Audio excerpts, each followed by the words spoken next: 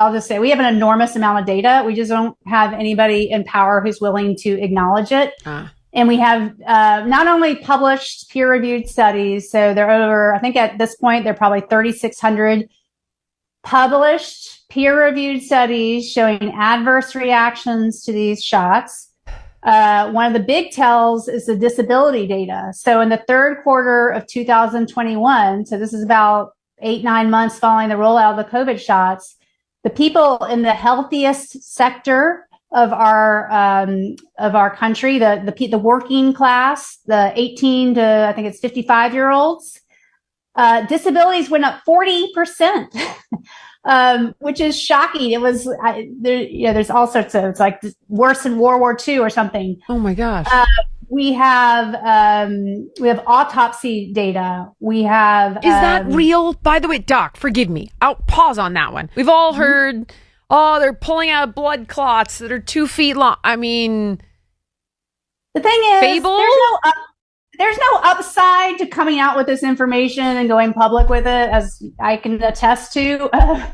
And there's a reason so few are doing it. So I believe them. I mean, they've got visuals. I don't know what else it could be. I've never embalmed somebody, but there's just no upside to coming out with all this stuff. It's just you're subjecting yourself to a lot of heat.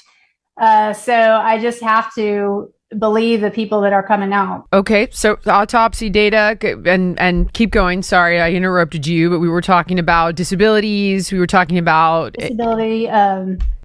There's life insurance data.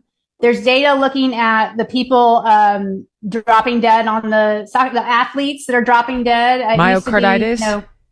Myocarditis. And one other point I want to make about the myocarditis is, so myocarditis is sort of a difficult diagnosis to make. The only way you can definitively make it is by doing a cardiac MRI, which very few people order or do, or doing a cardiac biopsy.